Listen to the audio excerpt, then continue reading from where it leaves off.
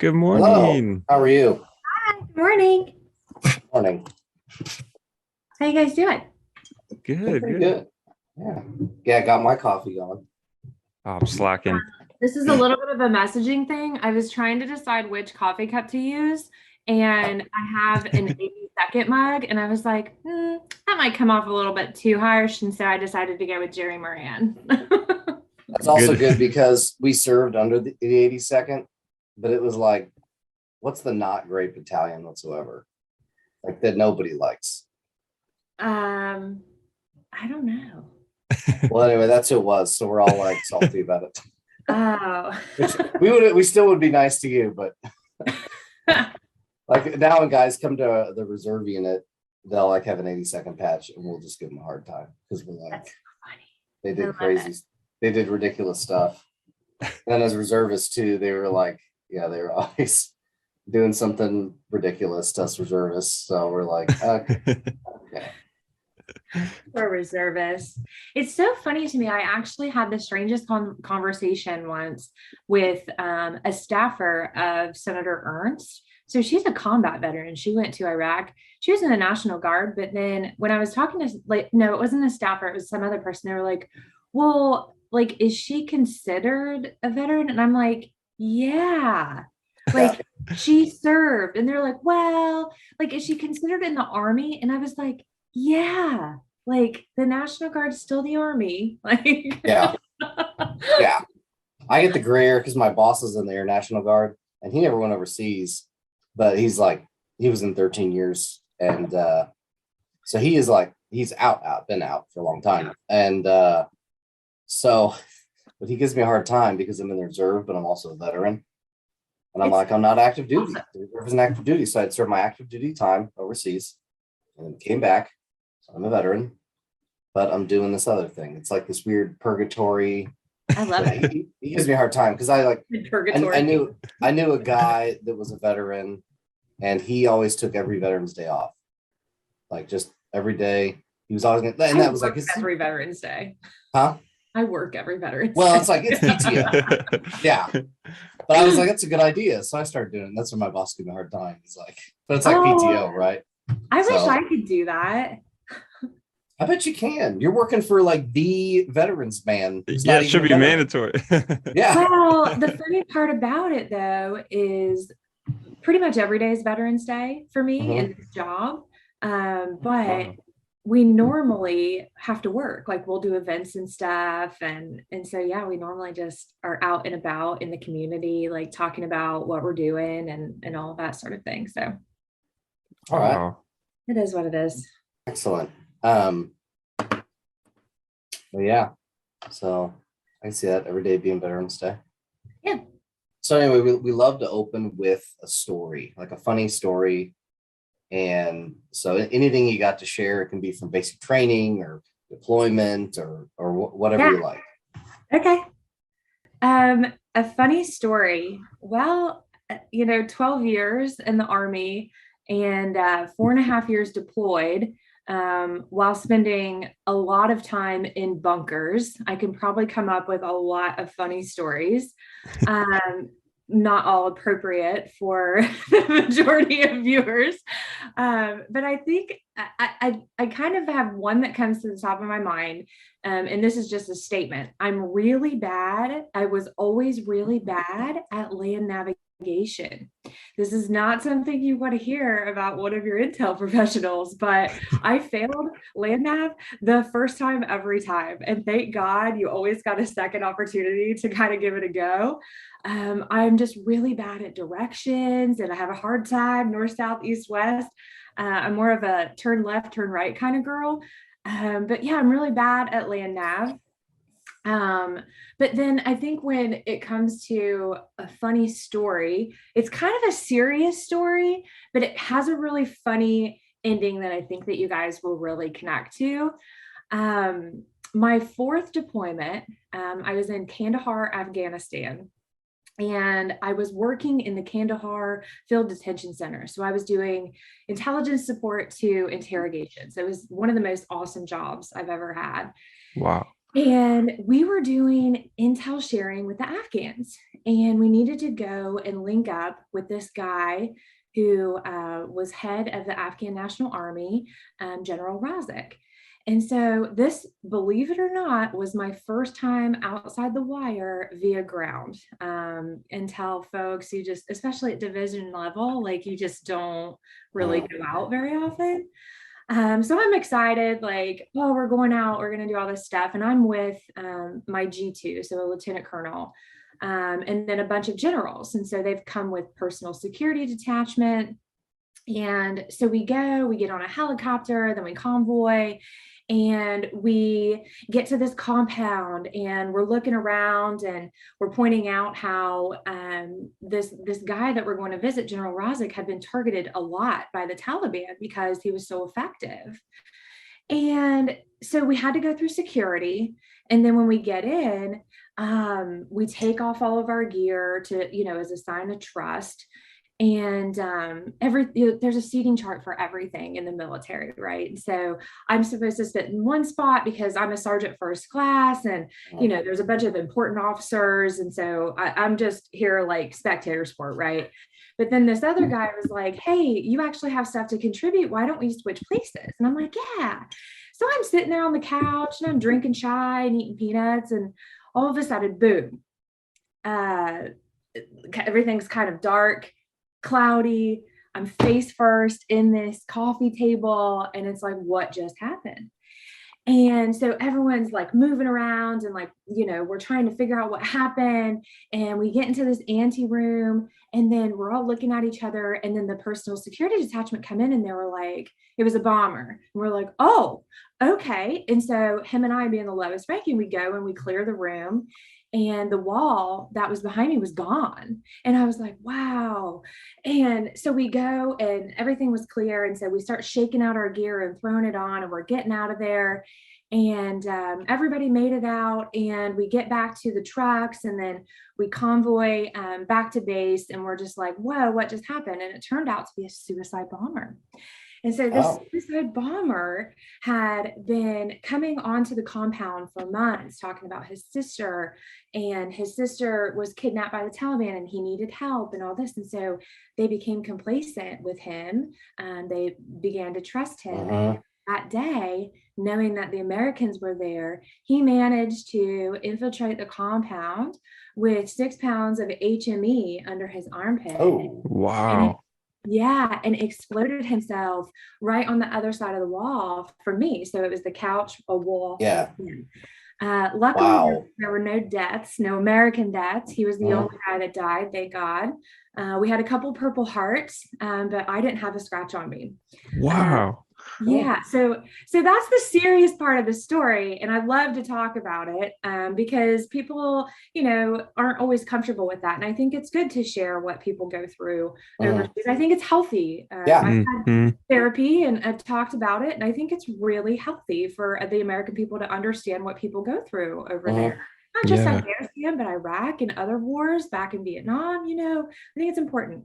But to get to the funny part of the story, so this lieutenant colonel that was my G2, she is one of the strongest women that I've ever met in my life, and she had done some really badass stuff, and I was really lucky to have her as a mentor. And so we get back, and she was like, they give you quarters, like you're not supposed to leave the base, and they monitor you, and my head got rocked, but that was it. Yeah. So she was like, go get changed. And I was like, into what? And she's like, your PTs. And I'm like, for what? And she's like, we're going on a run. We're going to run this anxiety out. So she makes me go on like this, I can't remember if it was like 5 or 7 mile run, right? Just to run out the anxiety. And then we get done with that, and I am smoked. And this woman's a badass. And I'm just like, God, and I was in really good shape. I could run like a 7-minute mile, but she smoked me. And so we get back, and then we're not done. She makes me do pull-ups just to make sure all the anxiety was out. Man, savage. And then to top it all off, she made it so that I had a nice steak dinner that evening. She's like, we get blown up, we're gonna have a steak dinner. And so it was a pretty cool ending to that pretty serious story. But that's a funny story that I have. Yeah. Yeah. When I got blown, there's a couple funny parts to when I got blown up. I was in a truck that got hit by an IED. And one thing was I had chocolate milk and Cocoa Puffs at the DFAC afterwards. Someone was like, "What are you doing?" And I'm like, "I can't drink scotch right now. Yeah. So I'm going to have exactly. this." And then the funny thing was we got hit in an area where we had somewhat accidentally pushed a donkey into a hole in the ground in a previous mission. And we were talking about that donkey at the second the IED went off, because we were talking about, oh, this is where, so-and-so used the arm to get the donkey out of the way of the road because it was standing in the road in the way. And we're trying to get through. And so he coaxed it with the interrogation arm to like kind of, hey, get out of here. And so he accidentally pushed it and it fell into a little hole next to the road that was just deep enough it couldn't get out. We're like, okay, well, he's stuck. So we drove away. So we're talking about that. And we're like, yeah, the donkey's probably mad at us. It probably joined the Taliban. And someone was like, yeah, it's probably going to bomb us. And then boom, that's when the ID went off. Oh, no. Kid you not. That's crazy. Yeah. So, which Nick, I think, was on that. Bomber. Yeah, I think Nick was on that mission. I think he probably never heard that part of the story. But Yeah, I don't remember hearing that. That's hilarious. Yeah. So anyway, it's funny. Yeah, funny how this humor right with insanity. Yeah. Yeah. Because at the end of the day, if you can't laugh about it, then it'll drive you crazy. It'll seriously get to you, and you can't take it too seriously, because at the end of the day, you're still alive. I always say I still have all my limbs. Like, why can't I make a joke about it? Like, Right. And like you said, just being able to talk about it can be healing in itself. So yeah, it's good. Yeah. Well, PACT Act. So I like to make sure that it's called the Robinson PACT Act. Okay. A lot of people drop that first part off, but I think it's important because Sergeant First Class Heath Robinson, also from Ohio, like me, was a hero and is believed to have died from illnesses associated with toxic exposure. So I think it's always important that we make sure and attach his name to it. We did that very intentionally. But the overall intention of the bill is multifaceted. When we think about, but it actually needs to start with how the idea for the bill came about. I think that's important, because a lot of times you'll hear about bills that don't really do anything. And I believe that there should always be a policy problem being addressed with legislation. And this is an instance in which that really happened. Every year, VSOs, Veteran Service Organizations, come before the Senate and the House Veterans Affairs Committees. It's a big joint hearing, bicameral, and the VSOs testify as to what their organization's legislative priorities are going to be for that year, or that Congress for that matter, because sometimes it takes a couple of years to get things done. Mm-hmm. So for the last couple of years, we've heard from nearly every single service organization that toxic exposure and addressing the broken process the VA has is their number one priority. So we heard that very loud and clear. And we actually started our process for addressing it a few years ago when Senator Moran was chairman. We did a roundtable and had a lot of people come in, talk to us about, what are the overall issues and things of that nature. And so what we learned was, we needed for VA to have a new process in which they address what we call a presumption of service connection. Because there was no congressionally mandated timeframes in which the secretary had to make decisions. So that's problematic, right? Okay, yeah. And then we also knew that for each generation, it was different. And so there was different studies for different cohorts and things like that. And so we needed to make it more equal for all of the different cohorts. And then we knew that we needed to do something with the expansion of healthcare. Post 9/11 veterans get 5 years of free healthcare. However, when it comes to toxic exposure, illnesses and diseases, sometimes they don't manifest until 8 to 10 years after, or even longer, right? Mm-hmm. And so we thought it important to make sure that we address that. So the intent of the bill was multifaceted. It was actually a culmination of about 10 separate bills with different congressional intent to address a variety of complex problems for multiple generations of toxic exposed veterans. And I will say 2 of those bills I worked on personally for Senator Moran, with Senator Moran.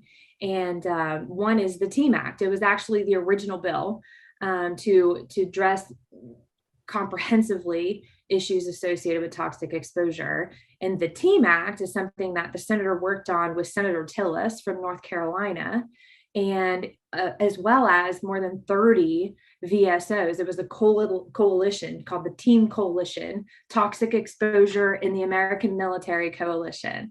And so this was, a litany of ideas on how best to address it. And so the TEAM Act is included within the Robinson PACT Act, as well as Senator Moran's idea to expand healthcare for post 9/11 veterans from 5 years to 10 years, and do an open enrollment for those that may have been missed in that process. And so, sorry, that's kind of a long-winded that's what we need. That's what we like. But I mean, this bill is noted as the largest expansion in the history of VA legislation. So I think it's important to make sure to address. And I will say the one thing too that we found important is to include a screening for veterans enrolled at VA, because you just don't know what you're exposed to until you start talking about it with someone who's an expert, right? Yeah. And then also training for VA employees to make sure that they're addressing this in the best, most efficient way possible. So that was Awesome. That's like the list of intent that we had for the bill.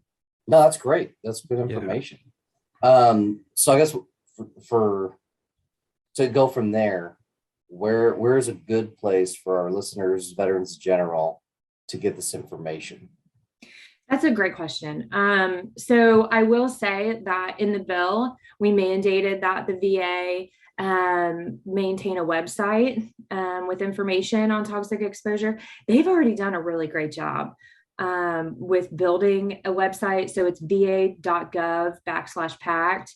And the amount of information in there is incredible. And it explains how the bill expands it explains what is expanded for each generation. It's pretty comprehensive. So there's that, but then also a lot of people don't know that. So VA is federal level, right? But each state has a veteran services director. So state level, and they oversee like cemeteries and state homes and things like that. But then they also are very, very connected with all of the resources available in each state. And they have service officers who do claims, and they do this for free. As well as VSOs, all the different VSOs, VFW, American Legion, DAV, like all these folks are so helpful. What I will say is, be careful with, who you talk to. There's a lot of people that try to take advantage of veterans. And so I would say definitely reach out to VSOs first, or a state level Department of Veteran Services would be my recommendation. Okay. Awesome. But a lot of people also don't think about contacting the member of Congress. Members of Congress have people that are really helpful as well. They have caseworkers that assist with federal agencies, and they're all familiar with ways to submit claims, ways to get information. And so you can find your representative literally by going to a website that says Find My Representative, and you can type in your zip code and find who your member is from the House, but then also you can Google who your 2 state senators are. Okay. All right. Wow. Okay. And then kind of rolling off of that, what would be the best way for veterans to utilize this? Would it be kind of going through the VA? So the best way to utilize the benefit? Yeah. Within a couple of different things. I would say be proactive. Even starting while you're in the military, getting checked out. If you feel like your lungs just aren't quite right, if you're coughing, any kind of respiratory symptoms, I would say get checked out. I know that's not normal for folks in the military to do, but you're not going to be in the military forever, and it's better to be proactive and take care of yourself. And I would say, take advantage of that healthcare. A lot of times I hear from veterans, oh, I don't want to take something away from another veteran. That is not the case here. Yeah. The VA has an extreme amount of resources. They have the second largest budget in the United States government. And the committees have done a lot of work. These members of Congress work together really well. They put politics aside, and they really, really put a lot of thought into making sure that VA has all the resources it needs to take care of veterans. And so if someone thinks they're taken away from someone else, they're not. They really are not. And so I would say go to your local VA medical center. They have these environmental health coordinators, and that's on the healthcare side. So you can go and you can ask to see one of them. You can, gather information from their website. I mean, overall, I would say be proactive. Yeah. Get yourself checked out. We're told the DoD and the VA talk about approximately 3.5 million veterans of the post 9/11 generation may have been exposed to a burn pit, or what people don't talk about is particulate matter. So particulate matter is something like if anyone was ever in Kandahar, Afghanistan, there's the poo pond, right? And so this is where feces goes, right? And I know it's kind of nasty to talk about, but if you burned feces, if you were at a COP or somewhere very, very remote, like there's particulate matter that could be in the air. And also it's a third world country, right? And so they don't have the same kind of rules that we have when it comes to air pollution. So I would just say be proactive, and even if you weren't near a burn pit, still get checked out. I mean, there's a free screening, and so take advantage of that thing that we've put in place for us to try and tackle these things before they become bigger issues. Yeah, thank you for saying a couple of those things, because we can't stress enough, one, to get checked, because sometimes I know for me, I've noticed like little things, and then you shrug it off, you move on. But when you start talking to other veterans, you're like, oh wait, that's happening to you too? Oh, well, maybe this is a thing and I should go. So being proactive, thank you for saying that. And then also, a lot of people don't think about the level of pollution. I'd tell people about how at night I could turn on my flashlight. I was in northern Afghanistan, so not even down in Kandahar. Ooh. I could turn on my flashlight at night, and it looked like it was snowing from all the particles in the air. And that was like every night. That wasn't just in the winter or summer. That was every night. If I turn on the light, and then I remember there was a dead bird caught in barbed wire, and it was preserved the entire 9 months we were there. I don't know what that says about the air quality. Yeah, Nick remembers. It was right by our CCP. Is how I remember that. But it was just, and I'm like, that's kind of weird. So it didn't matter where you were. And some people say, oh, it was a third world country. How do they have that much pollution? Because they're thinking like, oh, they don't have as many cars or buildings. And it's like, well, they also have no EPA. Yeah. 100% true. And then a lot of the cars are older, not all, but a lot of cars are older. Yeah. So who knows what they've done to keep that car running, and probably has no catalytic converter or anything like that. So I definitely don't know what that is, but it's in your exhaust system and it cuts down on emissions. I'm jealous. I never made it to the northern part of Afghanistan. I heard that it was beautiful up there. Yeah, it was. I agree. I sent pictures to friends at like the mountains. One friend that skis a lot was like, oh, that'd be an amazing ski resort if it weren't for the war. And I was like, that and a few other things. But yeah, aesthetically, it's beautiful. Yeah. So I guess what are any, if there are any, limitations of the bill? Oh man, there are many. Okay. There are many. So I would say this is the largest expansion of VA healthcare and benefits. So this would be difficult on its face, all by itself. But Congress also within the bill mandated timeframes for enactment. So this is great for veterans, but this is going to be really difficult for a bureaucracy as big as the VA to move quickly. That everybody will tell you no piece of legislation is perfect. And so I think that, we're gonna see pretty soon some issues caused by how the legislation was written. So we'll be having to legislate a little bit more to fix that and give the VA the authority that it needs, so that it can. The biggest thing that my boss cares about, honestly, and that I care about as well, like very deeply, is the right care for the right veteran at the right time. And this is critical, making sure that each veteran gets exactly what they need at the location that they need it in a timely manner. And so we're hoping that the VA is able to enact this legislation without interrupting services to other veterans.